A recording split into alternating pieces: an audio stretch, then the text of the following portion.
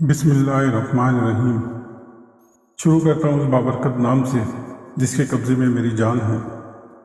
ایک دفعہ کا ذکر ہے کہ ایک نقاب پوش بزرگ زمانہ جاہلیت میں عرب کے کسی علاقے کے بادشاہ تھے۔ یہ پہلے عشق مجازی عورتوں اور بیریش لڑکوں کے عشق میں مبتلا تھے اور بہت اچھے شاعر تھے، حکومت اور ملک کے حریص تھے۔ جب اللہ تعالیٰ کے عشق حقیقی نے ان کے دل پر اثر کیا تو حکومت و سلطنت تلخ اور کڑوی معلوم ہونے لگی۔ ایک دفعہ اللہ کی محبت میں بے چین ہو کر بادشاہ آدھی رات کو اٹھا، گدڑی اوڑھی اور اپنی سلطنت سے باہر نکل گیا۔ دل میں عشق الہی کی آگ پیدا ہو چکی تھی۔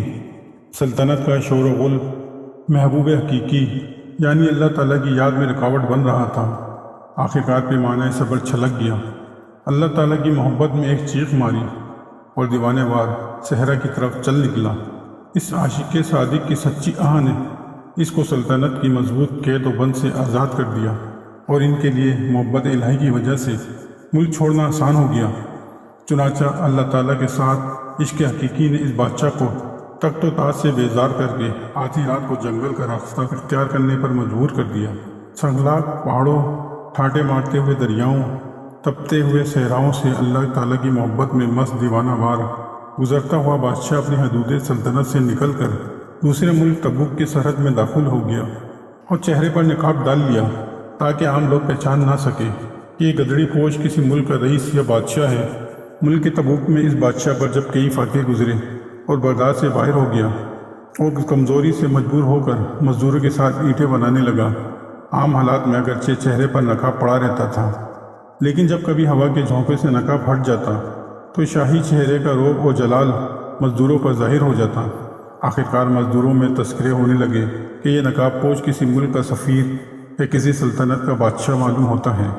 رفتہ رفتہ یہ خبر ساری سلطنت میں مشہور ہو گئی اور تبوک کے بادشاہ تک بھی پہنچ گئی۔ ادھر بادشاہ کو فکر لاحق ہوئی کہ مزدور کے بحث میں کسی دوسری سلطنت کا بادشاہ یا سفیر کہیں جاسوسی نہ کر رہا ہو اور میری سلطنت کے راز معلوم کر کے حملہ آور ہونے کا منصوبہ نہ بنا رہا ہو۔ تحقیق کرنی چاہیے کہ آخر ماجرا کیا ہے۔ شاہی تبوک نے فوراً سامان سفر باندھا اور خفیہ طور پر حالات معلوم کرنے کے لیے مزدوروں کے جھرمٹ میں گھس گیا جہاں وہ نقاب پوش بادشاہ اینٹیں بنا رہا تھا۔ بادشاہ نے اس کے علاوہ تمام مزدوروں کو دور ہٹا دیا اور اس کا نقاب اٹھا دیا۔ بادشاہ نے اس کے چہرے کی رونق و خوبصورتی کو دیکھتے ہی پہچان لیا کہ بادشاہ معلوم ہوتا ہے۔ چنانچہ بادشاہ نے ان سے دریافت کیا، آپ اپنے صحیح حالات سے مجھے آگاہ کیجیے۔ آپ کا یہ روشن اور چمکتا ہوا چہرہ گواہی دیتا ہے کہ آپ کسی ملک کے بادشاہ ہیں۔ سچ سچ بتلائیے کہ آخر آپ نے یہ فقیری اور مسکینی کس وجہ سے اختیار کی ہے۔ تبوک کے بادشاہ نے مزید متاثر ہو کر کہا، آپ نے اپنی راحت اور بادشاہت کو قربان کر کے تکلیف و مشقت کو کیوں اختیار کیا؟ تبوک کے بادشاہ نے اس کے حوصلے کی داد دیتے ہوئے کہا، اے عالی حوصلہ، آپ کی اس ہمت میں میری یہ سلطنت تبوک ہی نہیں بلکہ سینکڑوں سلطنتیں قربان ہوں۔ مجھے جلد اپنے راز سے آگاہ کیجیے۔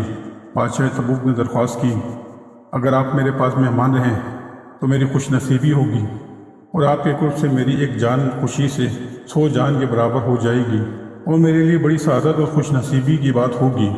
اس طرح بہت سی ترکیبوں سے تبوک کا بادشاہ فقیری کے لباس میں چھپے ہوئے بادشاہ سے دیر تک باتیں کرتا رہا تاکہ اس کا راز کھل کر سامنے آ جائے، لیکن راز و نیاز کی گفتگو کے بجائے اس نقاب پوش بادشاہ نے تبوک کے بادشاہ کے کان میں محبوب حقیقی اللہ تعالیٰ کے درد و عشق کی نہ جانے کیا بات کہہ دی کہ اسی وقت یہ بادشاہ تبوک بھی عشق الہی سے دیوانہ ہو گیا اور وہ بھی اپنی سلطنت کو ترک کر کے اس نقاب پوش بزرگ بادشاہ کے ساتھ رہنے کے لیے تیار ہو گیا۔ آدھی رات کو یہ دونوں بادشاہ اس ملک سے نکل کر کسی دوسری سلطنت میں چل دیے تاکہ مخلوق پریشان نہ کریں اور دل کی فراغت کے ساتھ محبوب حقیقی اللہ تعالیٰ کی یاد میں مشغولی نصیب ہو۔ یہ دونوں بہت دور تک چلتے رہے، یہاں تک کہ کسی تیسری سلطنت میں داخل ہو گئے۔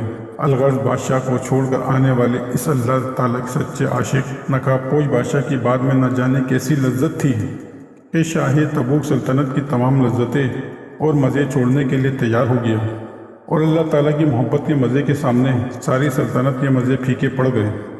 اس قصے سے ہمیں یہ سبق ملتا ہے کہ دنیا کی تمام لذتوں کے خالق اللہ تعالیٰ کے عشق و محبت کی لذت ایسی لذت ہے کہ ساری دنیا کی لذتیں اور مزے اس کے سامنے کچھ بھی حیثیت نہیں رکھتے ہیں۔ اگر کوئی شخص عشق حقیقی یعنی اللہ تعالیٰ کی محبت کی دولت سے محروم ہو تو کسی ایسے کامل اللہ والے کے ساتھ سچی دوستی کر لے جس کا دل اللہ تعالیٰ کی محبت سے لبریز ہو، تو اللہ تعالیٰ اس کو بھی یہ دولت عطا فرما دیں گے۔